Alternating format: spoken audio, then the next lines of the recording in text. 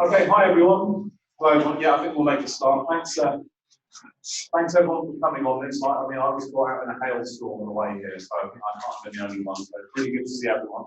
Thanks for coming. So we haven't had a meetup for 4 months now due to some personal circumstances, but welcome back to the first meetup of 2020. And I think we've been going for, is it 2 years now? Yeah, we started around February, a couple of years ago. So yeah, it's a bit of an event as well. So, but first of all, start off by saying thank you so much to Tramshed Tech for hosting us and to our sponsors, AMPLYFI. So also, we'd like to welcome all of our new members and first timers. So do we have any first timers here today? So big welcome to you all for coming along. Thank you very much. We've also got 2 new committee members to help us out. So Ken and Ryan, please put your hands up, Ken and Ryan. So big thanks to them for helping out with this. Okay, so I'll get through this as quickly as possible because you haven't come here to hear me talk. So today we've got this introduction now, and we're absolutely delighted. We've got Jacob, who's come up from Exeter. He's a senior software engineer at NVIDIA. Then we're going to be having a break, and then we're also very happy to have Nicoletta here from Cardiff University. So Nicoletta is very active in the Python community and around Cardiff, and very active in the Python community. So we've been wanting her to give a talk here for a very long time, so we're absolutely delighted to have her here. So thank you very much. Other local meetups in the area, we've got AI Wales. They also have their talks here. They do it once a month, normally around the first week of the month. They had one last week there, so really worth coming along. We've got Cardiff Art, and Dave is involved in Cardiff Art there, so they meet up in the pub. The next meetup is on February the 20th. That's right. Okay. Yeah. So the organizer thinks that day. That's what's on your website, okay. So we've also got our PyData Bristol, where they meet up at OVO Energy, so that's very close to Tomlinson Station. Very nice to get to. Really worth going along and seeing them. Their next meetup is on the 27th, and they used to have bi-monthly meetups like we do, but they've started having them monthly. So it's always a chance to go and see them over there. There's also PyDiff. Have you got any PyDiff planned events this year? No, we did plans. Right. But, all right, okay. There we go. We'll leave it at that.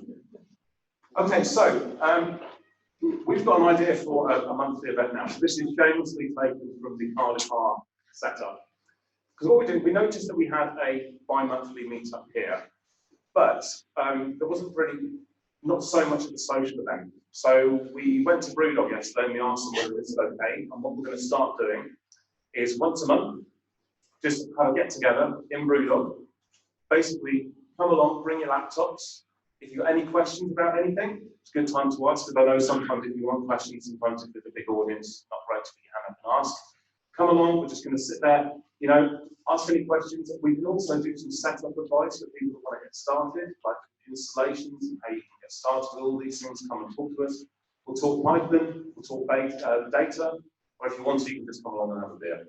So the idea is that we're going to be running that like a Tuesday or a Wednesday once every month, because they said there's plenty of space there and they can host us there. So we'll announce that as soon as we've got that going. So some news. The PyData London, so it's not just the meetup, but they run a conference every year as well.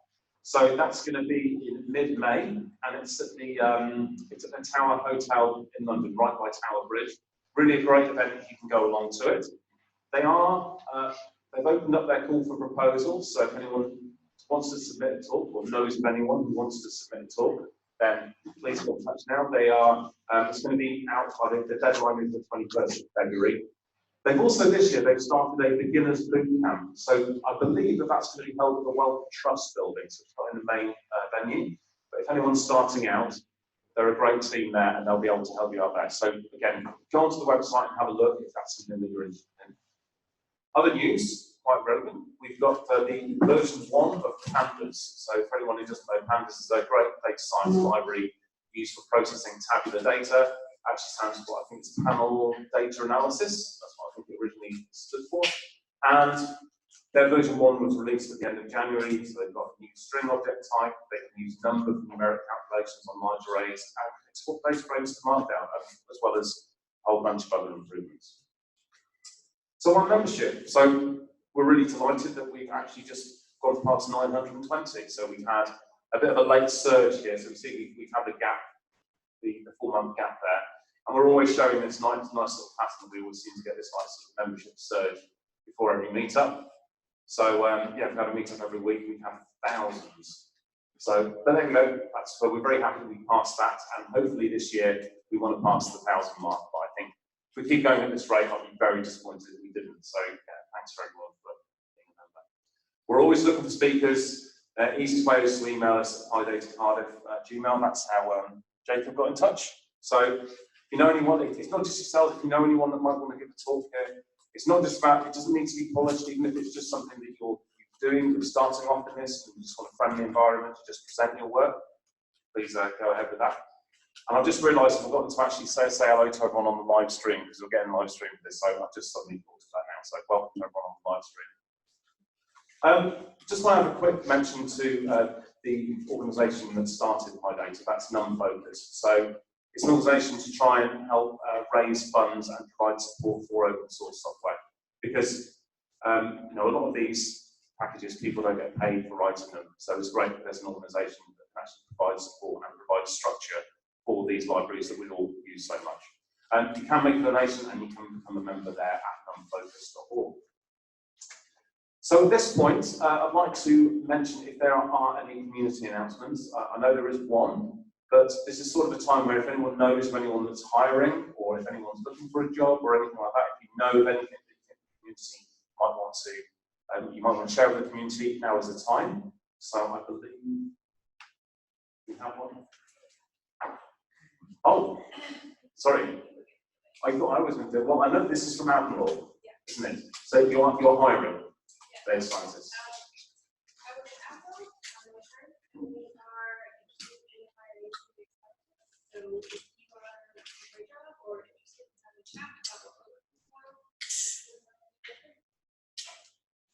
Thanks, Catherine. And we've also got Kimberly from Interpeople as well, so if you want to just put your hand up, Kimberly, so if you want any help about looking for jobs as well. Those. Okay, so as I said, you're not here to listen to me, you're here to listen to Jacob from NVIDIA, so I'm going to pass you straight over to Jacob. Thank you very much.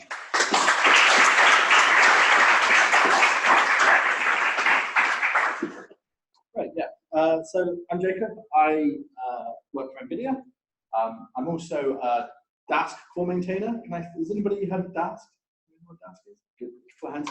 Okay, so I work on Dask. I've worked on Dask for the last few years. Before working at NVIDIA, I worked in Met Office down in Exeter. So I live down in Exeter. I'm a remote worker at NVIDIA.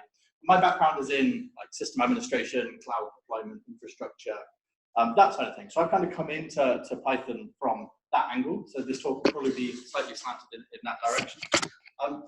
But my role at NVIDIA is working with the Rapids team to help people get up and running with data science tools, particularly GPU-accelerated data science tools, on various cloud platforms and whatever HPCs you want to go out and buy and that kind of stuff. So what I'm going to aim with this talk, Rapids is a load of things, and I'm going to probably rattle through quite a lot of stuff reasonably quickly because there's like a lot of stuff to cover, and I hope it's not going to be like too fast or overwhelming.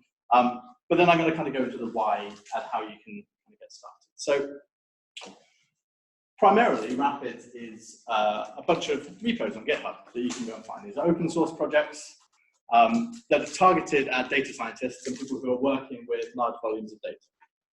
And the idea behind Rapids is to take Python tools that everybody loves, like pandas and scikit-learn, and make them go faster, basically. Can you take a GPU, which are notoriously difficult to program, especially if you're a Python developer? So Rapids kind of tries to wrap up all of the low-level stuff into a familiar API like pandas, and then present you with a library that you can use, and it will just go super fast. Has anybody here tried to write CUDA and do kind of C++ CUDA development? 2 hands, okay. So, I mean, I've been at NVIDIA for 9 months. I started learning C++ and CUDA as I was joining, right? I've come from this like sysadmin Python background. So I started picking up these tools and learning it. And it was really useful to kind of understand the low-level concepts of what a GPU is and what it's doing, and then the slightly unusual programming paradigm. But really, working in the Rapids team, I haven't actually needed to use that stuff because I'm helping people get going and deploy and scale out their applications I can set up at this nice Python level and not really touch the C++ side. I've got a whole bunch of colleagues who are really skilled in that area, and so they work directly on those libraries. So I've got like a bunch of slides that look kind of like this, just to kind of demonstrate that. We're trying to take a paradigm that traditionally you would do in Hadoop or Spark or something where you're going to read in some data, you're going to do some kind of manipulation of that data, generally for ETL, and then we're going to train some machine learning on it. And over the last decade or so, different tools have come out, and this process has got faster and faster. And Rapids is this one, if you can see it right down at the bottom, which is hopefully going to be show you that this is one of the fastest ways of doing it. Skipping too fast. This wouldn't be a PyData talk if I didn't show the slide. Hopefully you've seen the slide before. This is kind of a slide that gets brought out every single talk of every single thing about, oh, look, here's our nice ecosystem of Python libraries. And what we're really trying to do is look at these and go, well, a bunch of these ones up at the top, all the machine learning ones, are really targeting GPUs already. They're making great use of the hardware. As you kind of go lower down that stack, those tools are not making use of the different technologies. They're kind of CPU-driven Python libraries. So Rapids is kind of stepping in, picking these various tools that the people use a lot, and then making them optimized for the GPU. So this is kind of that same slide, but reshuffled to kind of show this process of pulling in some data, preparing it, training some model to predict something, and then visualizing your output or providing that to some kind of service. And it's very common to use pandas, scikit-learn, NetworkX if you're doing some graph analytics. Then you might use PyTorch and Chainer and MXNet and TensorFlow and Keras and whatever you like to do some deep learning. And then you're going to visualize with Matplotlib or Plotly or Bokeh or the PyViz stack of tools. And this all kind of sits on top of the CPU. If you want to scale out, use multiple CPUs, you use Dask, which will help you kind of make use of multiple tools. I'll talk a bit more about Dask in a bit. But Rapids, you'll see this slide a lot. Rapids is taking all of those tools and replacing them with alternatives. And I'm going to go through them one by one and kind of show you what we're doing. So this is quite a big community already. Rapids has been going for like maybe 18 months or so. And there's a bunch of people working on the tools themselves. NVIDIA are kind of leading the way because NVIDIA is designing the hardware, and so can really get stuck in and write the lower level code.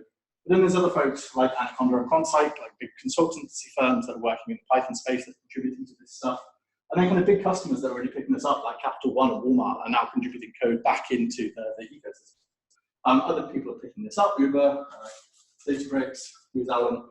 People are kind of getting involved in this, in these tools now. And we're also able to work with the low-level libraries that we're trying to accelerate. So in terms of like pandas, we have people working on pandas as well as working on the GPU accelerated pandas, so the features can kind of be transferred between the two. And we can make sure that if we make improvements, that they kind of get passed upstream so that like CPU users will benefit as well. So, you know, you'll see this is a slide. This whole process is going to come up quite a few times in my talk. I'll talk about a library you probably have heard of. Then I'll talk about a Rapids library that you probably haven't heard of. And I'll show you a graph of how fast the Rapids library is. Right, and I'm probably going to do this about 6 times. So here's some graphs of some things going fast. At the top of these plots, you've got 20 CPUs, got nodes there, right? 20 CPU cores. You've got pretty decent server CPU. Running some operations, so load data operations, doing some machine learning, and then like all of that added together. You can see as you increase the number of CPUs, the amount of time it takes to do the operation gets faster. But then when you switch to DGX2 and DGX1, these are like NVIDIA servers, which are just packed full of kind of high-spec GPUs. Those numbers just drop massively, so that just to kind of demonstrate that things go very fast. So yeah, watch out for like lines getting smaller and smaller as we get closer and closer to Rapids. So, technologies. Again, this slide's going to come up a lot. The first one that I'm going to talk to you about is QDF. So QDF is everything's Q, right? Because it's CUDA, it's all like everything starts with Q. So QDF is the Rapids DataFrame library. This follows the Pandas API. And it looks and feels a lot like Pandas. It's still very small. I apologize if you can't read so clearly here, but in QDF, you treat it just like you would Pandas, right? You do import QDF, you do QDF read CSV, and then you can do a head and all the kind of standard operations you'd expect to do in Pandas. You can convert back and forth between QDF data frames and Pandas data frames. There's like a lower level C++ API called libqdf. So if you are into C++, you can kind of drop down to that level as well. But all of this tool uses like a whole bunch of optimized CUDA code sitting underneath the QDF, and sitting underneath this nice kind of Python wrapper to give you this Pandas API. So, here's a graph of how fast things go. This is just showing that maybe doing something like a merge or a sort or a group by on a data frame of 10 million rows and 100 million rows, this is how much faster QDF goes than Pandas. This is using a reasonably decent machine with a decent processor and a decent GPU, right? So kind of drag racing the two to see how fast things can go. So in an example of doing a merge, doing it on a GPU is hundreds of times faster than doing it on the CPU. Another thing that is obscurely fast, right? And this is one of my favorite things to talk about, is reading CSVs is really, really fast on the GPU, which it seems like the most trivial thing to like brag about is, oh, this goes, reading CSV. But I don't know about you, but in the past, I've dealt with like multi-gigabyte, up to terabytes of CSV data. And just loading that into memory with something like Pandas or that's DataFrame, you just sat there forever while it unpacks the CSV. It's got to do type inference on every single set row and every single column because the columns don't have types, so any cell can be any value, any type. And if you're getting it onto a CPU, you've got to do some kind of strict typecasting at some point, and that just takes forever. But on a GPU, because of the way it parallelizes out, and you have thousands of CUDA cores that kind of read each one, do type inference in parallel, it reads in ridiculously fast. So if you pull in one of the New York taxi CSV files, in Pandas that will take 30 seconds to open. In QDF, it will take like 2 seconds. So what you could do is you could use QDF, open your CSV file, and then call dataframe.toPandas and carry on in Pandas land if you really want to. Or you can stay in QDF. And there was actually somebody I was speaking to at one point who was purely using this functionality because they were spending thousands of CPU hours opening CSV files to just write them back out in a more sensible format like Parquet or something else. Right, so just being able to switch that to GPU was saving tons of time. So the next library I want to talk about is CoopI. Now this isn't something that's kind of been created for Rapids. This was an existing library that's part of the Chainer project. The CoopI is a CUDA implemented version of NumPy. So this is for dealing with low-level arrays. And again, it's because it's been implemented on the GPU, there's a whole bunch of operations that you can do in CoopI that are really nice and fast, right? Matrix multiplication, this is what a GPU often spends a lot of its time doing in like the gaming side of things, is doing these big array maths. So if you're dealing with an array library like NumPy, using CoopI instead will give you like massive speed ups for doing something like element-wise operations or FFTs, which is really useful. And so here's a graph of how it would take with 80, this is quite a big example, right? 80 CPU threads. And then if you use one GPU, you can cut that in half. If you've got 8 GPUs, you drop again, 16 GPUs. You're kind of getting smaller increases because you're starting to introduce latency between different bits of hardware. But these kind of scale out a bit further as well. So QML is the scikit-learn kind of library within Rapids. So this kind of fits into your machine learning type operations rather than deep learning, right? This is more things like doing random forests or linear regression or k-nearest neighbors cluster analysis, that kind of workflow, things that you would do in scikit-learn. QML is trying to follow that same API and take these algorithms from scikit-learn and then optimize those in CUDA as well. So here's an example here of using scikit-learn to make some moons of data points, casting that to a Pandas data frame. So you've got this Pandas data frame of points, and then using dbScan to do some cluster analysis. So you can see that we've using scikit-learn located the 2 different clusters and colored them appropriately here. If you want to switch over and do the same thing in QML, you just change a couple of the imports. Instead of importing Pandas, you import QDF. Instead of importing scikit-learn, you import QML. We're actually still using scikit-learn for our example dataset because it's a useful example. Anyways, but the rest of your code stays the same. So things should be familiar using these technologies. And again, here's graphs of things going faster. I won't bore you too much with that. So another library that we've got in this is CoUGraph. Now, this is implementing the same similar API to NetworkX. This is not a library that I'm personally familiar with. I've not come across, but this is for doing graph calculations. So doing things like PageRank, right? Google kind of popularized that algorithm, but there's like a whole bunch of different graph calculations that you might want to do, and CoUGraph is implementing those but GPU accelerated. So you can get things going much faster than you would in NetworkX. And this is kind of, you're up to the like tens of thousands of times faster implemented on the GPU. Now I think this is the last one I'm going to mention is CoSpatial. Now this is kind of a geospatial wrapper that's sitting on top of a bunch of these libraries. Now this is kind of more familiar to me because I used to work at Met Office. I come from like a geospatial organization. And so doing things like calculating trajectories and distances between 2 points in the real world is something you generally have to do a lot.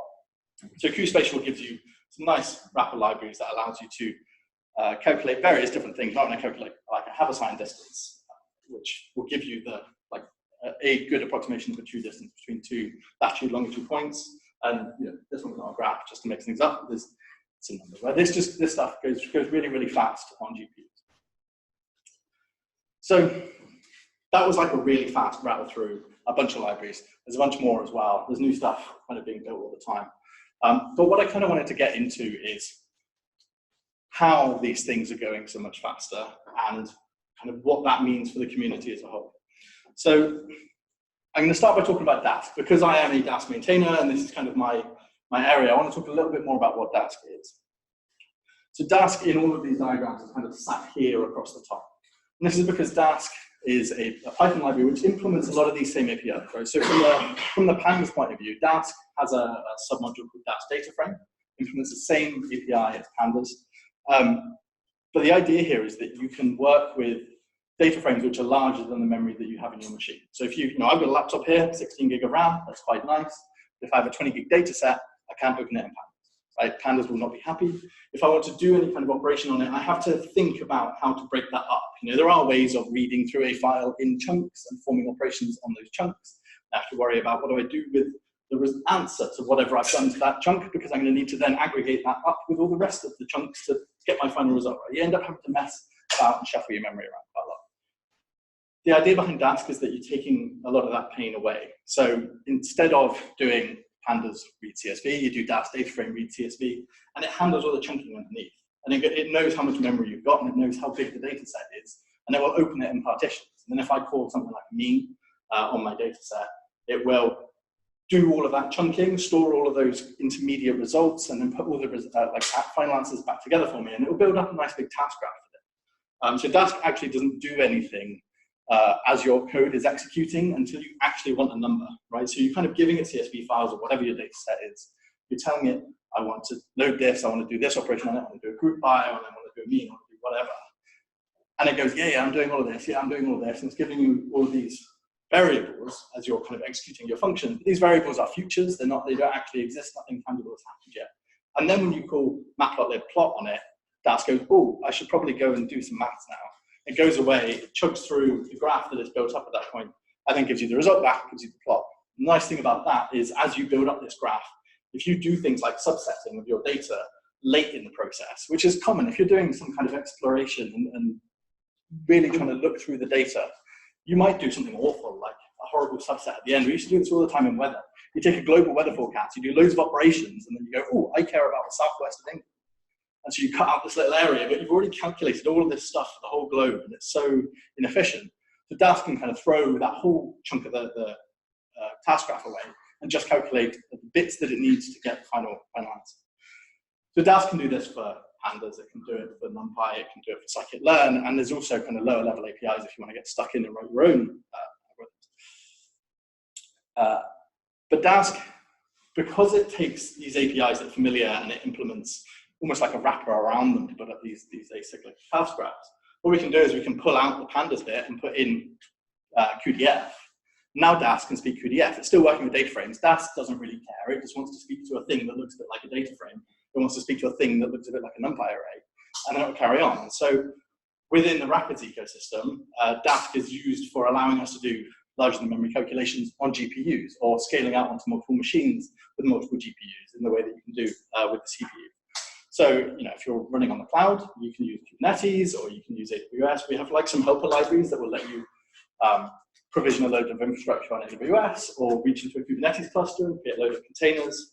If you've got access to an HPC system, if you're a university or a researcher at a big institute, you might have an HPC and it's scheduled with SLAM or PBS or something. Dask can kind of speak to those scheduling APIs as well.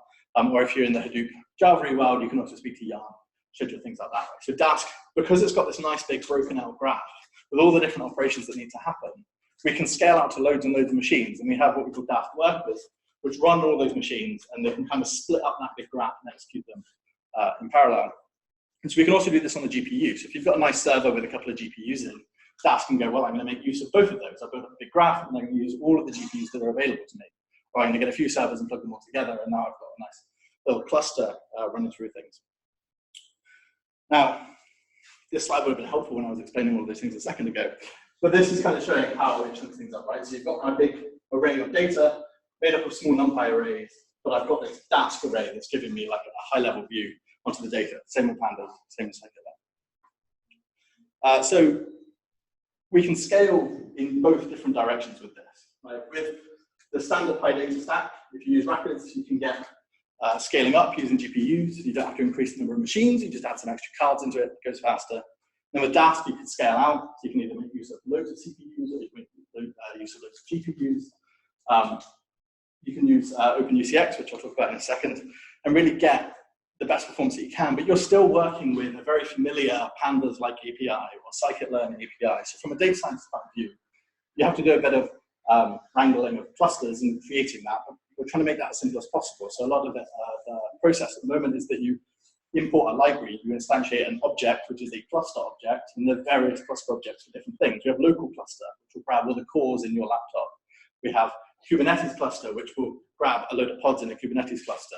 We have a library called Dask Cloud Provider, where we've got like AWS-specific cluster managers, and we're just adding Azure-specific cluster managers, and there's a whole bunch of different cluster managers for things. And then you can, once you've got your cluster object, you carry on as normal in Dask, and then all the libraries below handles actually executing your calculation. Another thing that helps with all the rapid stuff, getting good performance on GPUs, is something called CUDA array interface. Now, when you're working on GPUs, if you've done anything in PyTorch or TensorFlow, you end up doing this weird shuffle where you write a bit of code using one bit of a library, you do some calculation on it, and then you get a variable back. And that pushes your data from the CPU down onto the GPU, it does some math, and then pulls it back up to the CPU again. And then you run another line of code, and it moves it back to the GPU, does a calculation, and pulls it back to the CPU. And you've got this flip-flop back and forth all the time, which is wasting everybody's time and effort. So CUDA array interface allows us to leave the data on the GPU by giving like a portable interface in Python down into like these low-level C++ CUDA objects. So you don't have to worry about that because all of these lovely people have worried about that already. And Rapids team have been working with various different libraries to implement this CUDA array interface method. It's a method that you implement on your object, and it tells you can ask it for a low-level C++ pointer, and you can give it back a low-level C++ pointer. So if you're doing something in CoopI and you've got an array in memory on your GPU and you want to switch to doing some deep learning in PyTorch, you can just cast one object to the other. And at the Python level, it will just look like your objects change type. And at the low level, the pointer will have just been passed from one to the other. And you don't have to worry, the data won't get copied, everything will just stay on the GPU, which gives you a nice performance increase already.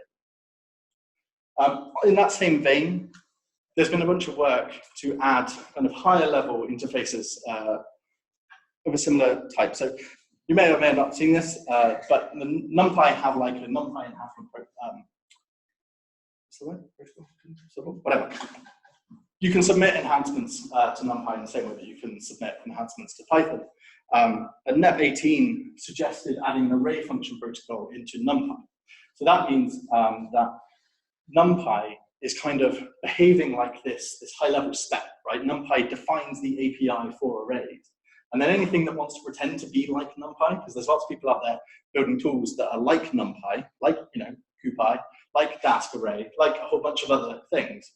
By having this array function up in NumPy, when you do different operations in NumPy, it can check what object it's been passed and then work out if there's maybe a more appropriate course of action here.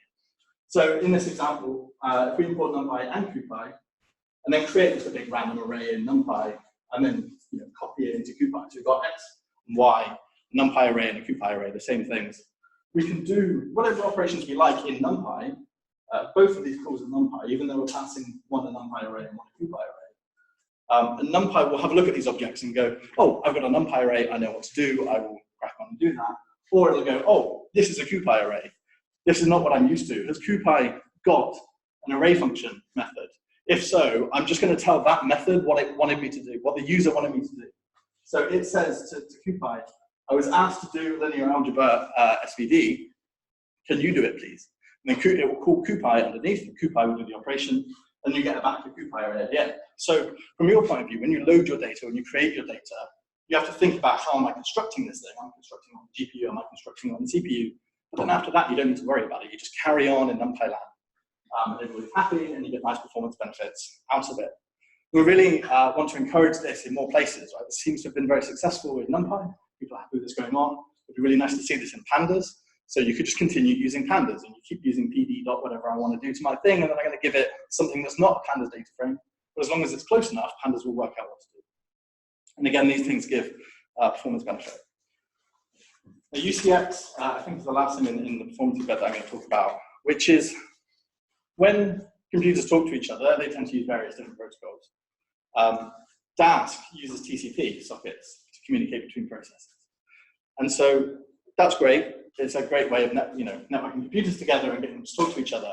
But sometimes there are faster interconnects available to you. If you're on an HPC system or running in the cloud, you might have an InfiniBand network, which is much faster than a regular Ethernet network. Or if you're running on GPUs, you might have access to NVLink or SLI, which NVLink like replaced SLI, which is a way for GPUs to talk to each other directly. You literally plug like a little bridge onto your GPUs, and they can speak to each other without having to go back to the CPU.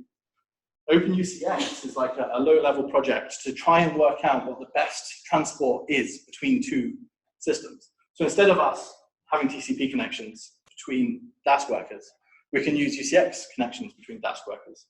And it means on a normal system, it'll go, what shall I do? Oh, this is the normal system, I'll use TCP, which is what it would have done before. But if it's on a system with InfiniBand, it'll go, oh, there's an InfiniBand network here, and I can speak to this worker via that link. So instead of going over a 1 gig or a 10 gig Ethernet, I can now go over a 25 gigabit, 40 gigabit InfiniBand connection. Or if there's an NVLink and we're working in graphics card land, it'll speak via the NVLink connections. I was doing some testing of this on Azure last week, and we're getting a couple of gigabits a second on normal machines talking to each other. Then that kind of goes up to multiple gigabytes on InfiniBand and kind of getting into the I think we're transferring 25 gigabytes per second between GPUs at one point, about 2 gigabytes per second between InfiniBand connected CPU. So we can get a whole bunch of performance benefits just by getting UCX to do this low-level stuff for us. And again, you don't have to worry about it. You just install some extra Python packages using Conda, and it'll work it out for you. So I hope I've kind of illustrated here that Rapids is a group within NVIDIA and a bunch of other people that are looking at making it easier for people to use different hardware accelerators or scaling out to different machines, but it's sticking within this PyData ecosystem, packages everybody's familiar with, and just improving interoperability wherever we can to try and get the best performance for everybody out of whatever hardware. So there's a bunch of different ways that you can get going with this. The documentation is a good place to go and check it out. If you go to rapids.ai, you'll find the main website. There's a whole bunch of stuff on there, links to documentation, links to YouTube videos, there's example Jupyter notebooks. But the most useful thing, I think, is there's this configuration matrixy thing that you can click around on and say, well, I install my packages with Conda, and I want a stable release on all the packages, and I'm going to use Python 3.7, and I've got a GPU that can do 2 to 10, and it will give you the Conda install command to get the libraries that you need. Or if you want to use a Docker image instead, or you want to deploy on some containery platformy thing, you can get the Docker commands as well. The Rapids packages everything via Conda, mainly because there are like C++ and low-level compile dependencies. You just can't use pip. Basically, pip's just not intelligent enough to handle the kind of low-level dependencies. You have to use Conda to install these packages, but they also ship as a Docker container. Most of the time I work with a Docker container.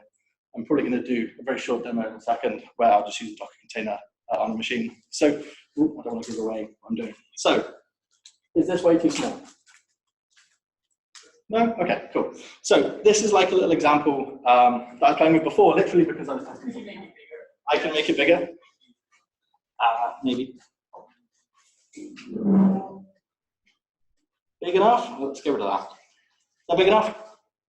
Cool. Okay, so this is on a nice NVIDIA server that I have access to in an NVIDIA data center. I've run the Docker command off the website. Right? I haven't done it now just in case it like downloads the Docker image. Okay, but I've run the Docker image, which has got the Conda environment with all the things installed. It's also got Jupyter installed, and the Docker container starts Jupyter Lab by default. So it's just kicked me over to a web browser so I can open up Jupyter Lab. Now this is like a standard Jupyter Lab with these extra packages. And there's a couple of Jupyter Lab extensions on the side as well. There's one little GPU icon here with MV Dashboard. This is a package that I work on, which gives you some nice little graphs of what your GPUs are doing. It's notoriously difficult to understand what your GPUs are doing. You can't just open Task Manager or whatever and see what's going on so easily.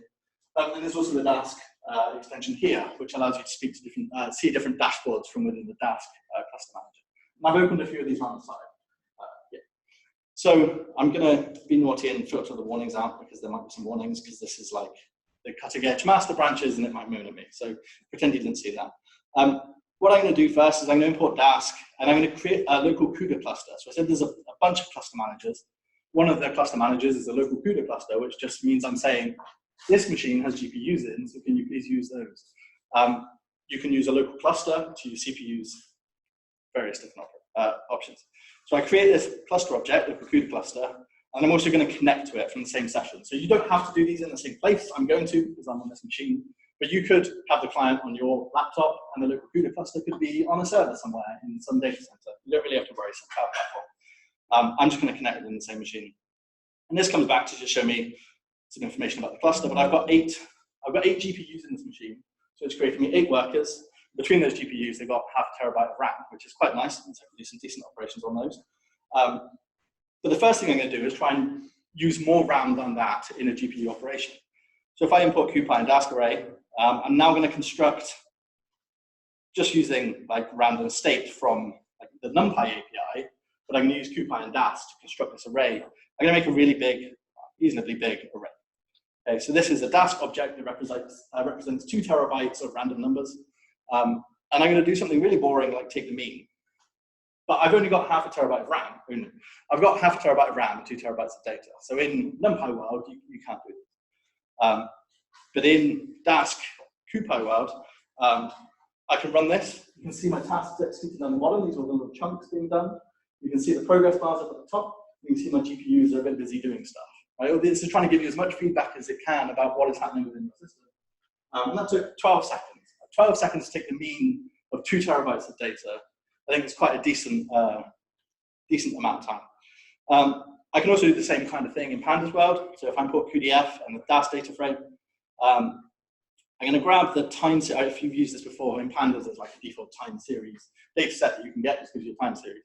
I'm going to create that in QDF land. So this happens on the GPU. Then I'm going to convert that into a Dask data frame. So I get like a data frame of a Dask data frame of one thing. And then I'm just going to amplify it a bit. I'll times it by 40. So I get like 40 times the number of rows. This is all nonsensical data, but you can use the standard root TSV or whatever to create your data frame. But I'm just going to create a big GPU-based Dask data frame. And if I just do a length on this, my GPUs will probably ever think about that. Yeah, so this should give me about 100 million rows. Right, so it's a sizable data frame. It's not the biggest thing you might ever work with, but at the same time, it's probably more than you would deal with normally on a laptop or reasonable machine. And I'm going to do another boring operation, like do a group by and then a mean. And again, you can see Dask is breaking this up into pieces. It's got some progress bars, so I can see how they're going. You can see it executing through on the bottom, and the GPUs not so busy doing that. This is just like a noddy example that doesn't really stress the GPUs very much.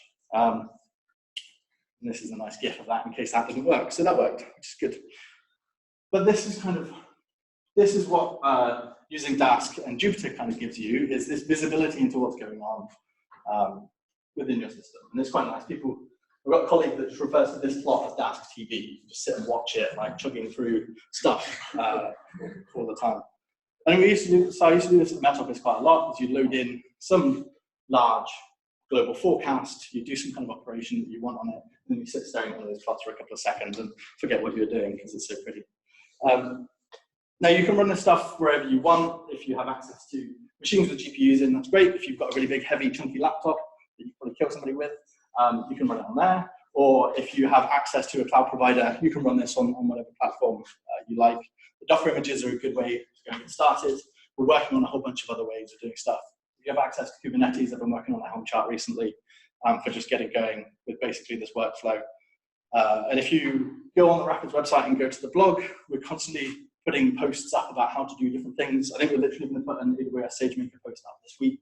Like, here's a nice example of getting going using the awesome scaling in SageMaker. But there's like a whole bunch of different ways of doing it. If you are interested in this and you kind of don't feel like I've mentioned your use case of how you might provision infrastructure, let me know, let us know on the GitHub issues and stuff, because we want to make sure that we can help people get going. Like, getting hold of a CPU is relatively easy, whereas getting hold of a GPU can be like a nerve-wracking thing. Right? You look at how much GPU instances cost on a cloud provider, and you think, oh, if I spin up one of these and then forget about it, it's going to cost me £4 million, and I'm scared. Right? So being able to use platforms like SageMaker, where you kind of give it a Jupyter notebook to run, and it goes away and runs it for you and gives you the answer, is a bit more, makes you feel a bit more secure about how you're spending money. I have left numerous GPU machines on over weekends and felt very bad about it in various different roles. So it's definitely a known problem. And if you, yeah, you're not alone in that one. But hopefully the tools are kind of moving away from that world where you actually have to worry about creating a VM and spending scary money. So there's a bunch of GitHub organizations, Twitter accounts, things that you can go and look at if you're interested in these things. I may have gone, oh no, I'm doing all right for time. Okay, yeah, so thank you very much. I hope that was interesting.